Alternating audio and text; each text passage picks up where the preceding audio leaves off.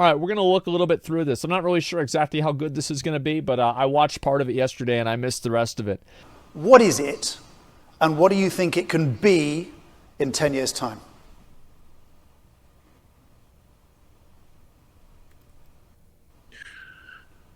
Well, what I've said is that I think Twitter is currently the best, or looked at another way, the least bad public square. A forum for the exchange of ideas nationally and internationally, but I think it could be a lot better at that.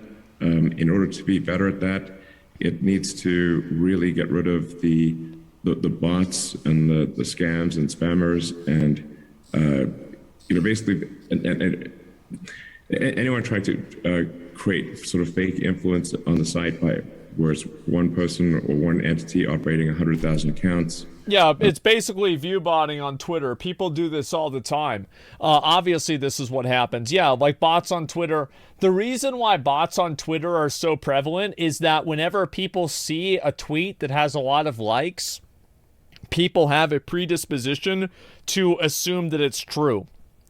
So people bought followers, they bought likes, and they bought this kind of stuff on Twitter because it gives them a sense of authenticity.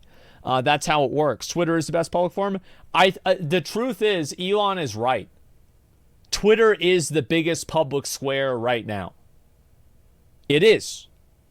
It's the biggest public square that the largest amount of people have access to all around the world. There is nothing else. And the thing is, no, Reddit and Instagram is not really a place that you communicate with people about ideas. I would assume that Twitter is like 3 or 4 or 5 times larger than Reddit. Like really, I would assume Twitter, probably 10 times larger than Reddit. Obviously scammers are not good. And Twitter really needs to do a much better job at that. Yeah. It also needs to build more trust with users. I think the way to do that is by open sourcing the algorithm so everyone can see how the algorithm works and can suggest improvements and changes. I would literally just put the oh my God, the Twitter algorithm on GitHub and say like, hey, anyone want to suggest changes to this, please go ahead.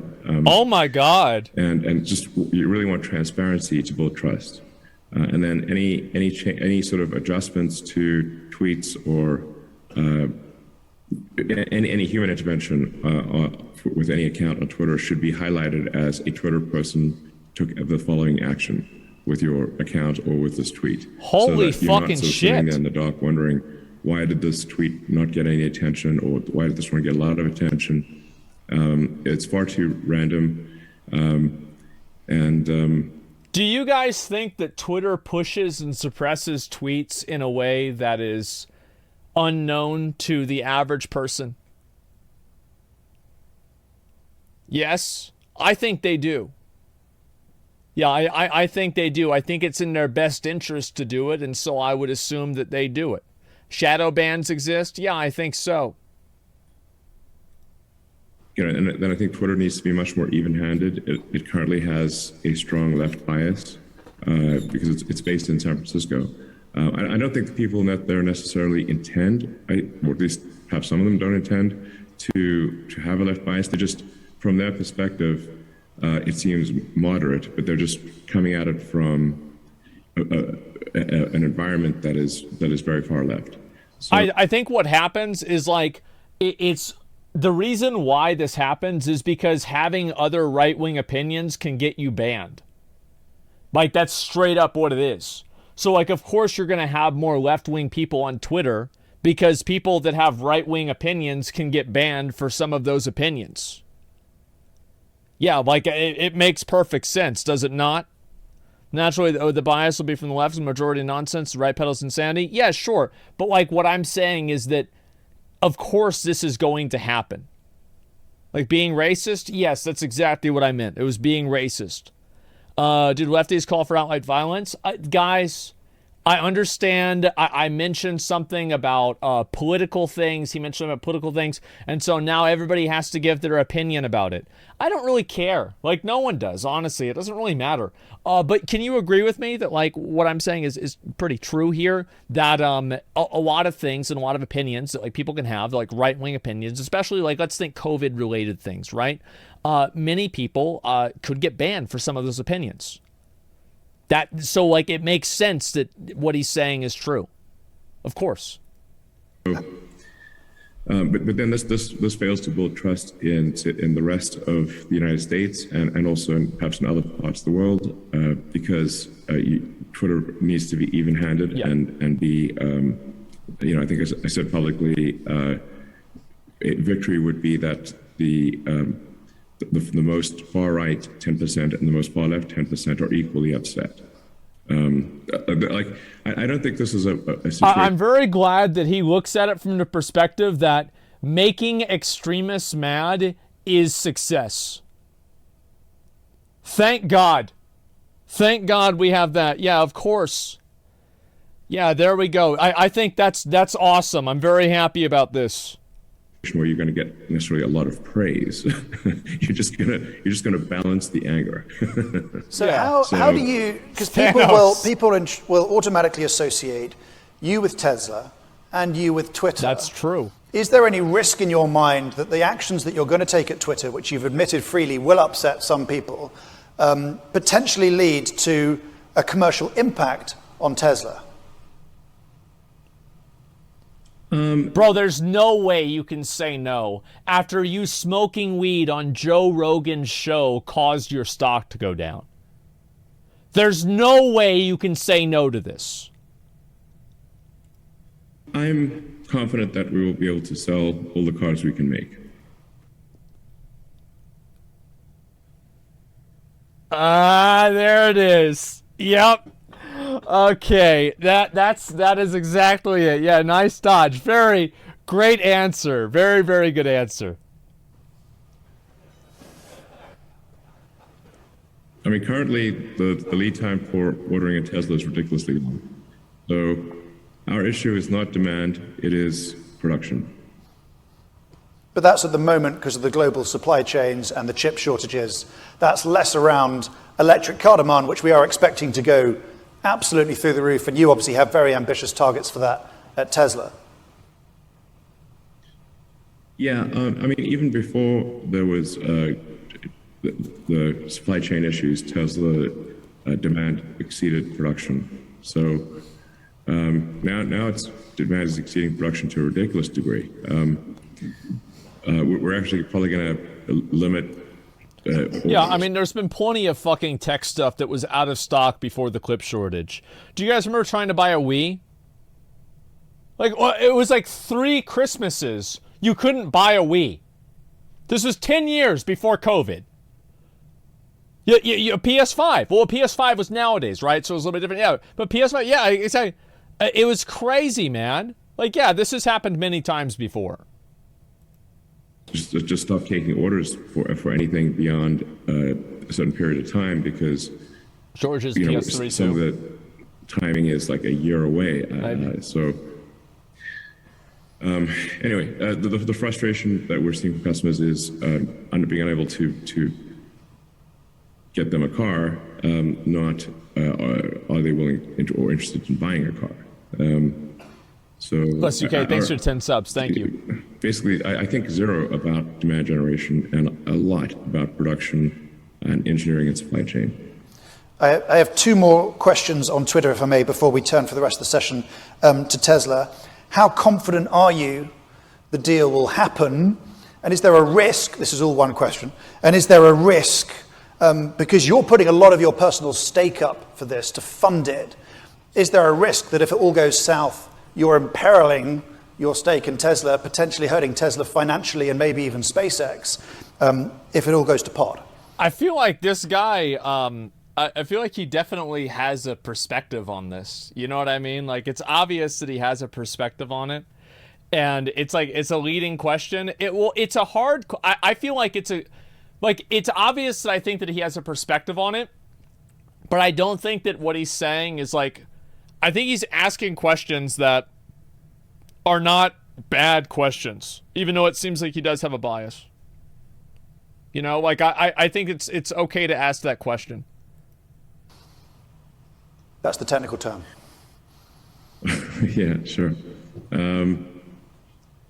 So, I mean, I think there's still a lot of things that need to get done before this deal concludes. Obviously, there's not yet even been a shareholder vote. And Twitter has not yet filed the proxy for a shareholder vote. So there are still, some outstanding questions that need to be resolved. So it is certainly not a done deal. Just objectively, it is not a done deal. I think that he'll probably get Twitter. I do think so. It seems very likely. He's backing out. No, they voted now to accept it. Yeah, they voted yes. Okay. Yeah, exactly. Elon isn't finished. Exactly. Yeah. So I think it will probably happen. There's a chance that he doesn't get it, but the fact is that a lot of people, I think a lot of Twitter users want him to buy Twitter, to be honest. Might be asking about the questions intended to Elon answer as well, therefore disproving the bias. That's a good way to look at it too, sure. I think that's a good perspective to have as well. So yeah, I think there's a lot of people who just generally, this is what I said, right, whenever we watch the one clip from this, is that people have a general distrust of social media in general. Whether it's Facebook, Twitter, or any of this kind of stuff. They generally just don't trust it. And people, for better or for worse, whether you agree with it or not, trust Elon Musk more than they trust the overlords of Twitter. That's basically it. And I think the reason for that, I think people, whenever Jack Dorsey was in charge of Twitter, I think a lot of them were more trusting in Twitter. And do you know why? Because it's just Jack there. And he will sometimes go on some fucking tirade and explain some bullshit on Twitter. And it's like, okay, yeah, whatever. But it's like a real person. You see what I mean? It's a real person. Whereas right now, we don't really know who's controlling everything on Twitter. Recently, they had that other guy that's in charge. But, for the most part, nobody really knows what's happening. And so it's the invisible curtain. Whenever you have Elon there, it's like, okay, it's this guy that's doing it. The best case scenario is that this would be, I think, perhaps done in 2 or 3 months. Yeah. And the final question, and this is really the two-paid elephant in the room. Are you planning to let Donald Trump back on? Yeah, we saw this. I'm going to skip past this part. Egged on the crowd who went to the U.S. Capitol. Yeah, he said yes, basically. Some of them carrying news. And that he will only be on Truth Social. Sure. Plants, footprints, models, 30 to make 20 million cars. Okay, this is more about Tesla. We don't need to see too much about Tesla stuff, etc. But I think it's not really a surprise that a lot of people want to see that happen. I mean, they definitely do. And I'm pretty glad that's happening. Honestly, I think that any sort of a shakeup is good. I'm happy about that. Forcing people off the platform just means you don't get to see what they're saying. Better to keep your enemies close. Well, I think that a lot of people view, and this is kind of like what I view Twitter as. I think Twitter is an incredibly powerful tool nowadays. And you see more and more people being on Twitter and everything Stanley Parable. Yeah, I'll watch the trailer for that game. I know people are wondering about that. And then, as I said, I'll watch this WoW video because a lot of people have wanted me to see this, and I'll take a look at it after that. Okay, but yes, McConnell will technically get unbanned. You're right. I think that people view Twitter right now as basically a public square, and they want to see more people being able to use Twitter however they want. That's it. And I think most people don't give a shit about the rules. They don't care. They want to be able to say whatever they want, and it doesn't matter to them who gets offended, who gets their feelings hurt. It is literally irrelevant to them. It does not matter. And so that's why I think they're happy that Elon is taking it over. And that's basically it. So 4chan, no, I don't think it's just 4chan. I think that it's actually a tremendous amount of people in the population. What about misinformation? Well, who gets to decide what's misinformation? And I think this is what the problem is with misinformation, is that a lot of times you hear that misinformation is misinformation, but all sides peddle misinformation. They all do this. Fact checkers? Well, who checks the fact checkers? Does it, I mean, like Snopes is a fact checker website, and they've had biases in their website as well. You see what I'm saying? Facts decide that? Yeah, but facts are not like, yeah, do your own research. You can't. You can't, man. Peer review? Yeah, what's this here? What about the people saying COVID is fake? I don't think you should get banned if you say COVID is fake. That's crazy. Like, that's insane. No, you should not get banned off of Twitter for saying COVID is fake. Like, yeah, there's people that think the moon landing is fake. People that think everything is fake. Yeah, it's not a big deal. Like, I really don't think so. There are people that are going to think stupid shit, and I don't think that it's a good idea to tell people that they can't, they should not be allowed to think stupid things. Because where does that stop?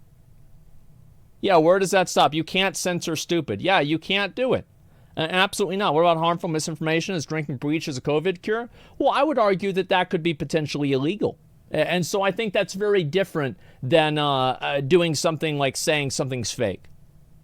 Yeah, it's very different. Ben, anyone disagrees with me? And then also, like, another thing is nobody can really agree on what's real or what's true at all anyway. So it's very hard to have a conversation about this in general because people don't really think that happens.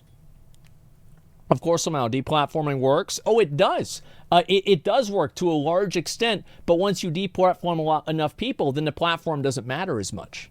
And that's the way it goes. I disagree. Social media has given a voice to too many individuals that should not have one. I agree with you, right? But is it better to have a voice for too many individuals or not enough individuals? It's hard to say. I think they would probably be better that more people can talk and say what they want rather than just having a select few amount of people be able to just spread whatever propaganda they believe in. Yeah, I think so. Don't you ban chatters? Of course I do. Yeah, it's my own personal thing. This isn't a public square. It's just my stream. Where do you draw the line between medical advice from randoms and saying COVID's fake? I don't know. I think it's a hard line to draw. And I think not banning anybody, I'm fine with that. I don't really give a fuck, honestly. Like, I think that whoever is in charge of making the rules will always twist the rules to benefit themselves. And this is just what's going to happen. Yeah, it's just going to happen. People will twist and change the rules to be beneficial towards themselves. So in a way, the only way to make it fair is to say nothing can happen. That's all it comes down to. Let me see this. So it's over there? Not always. I don't know.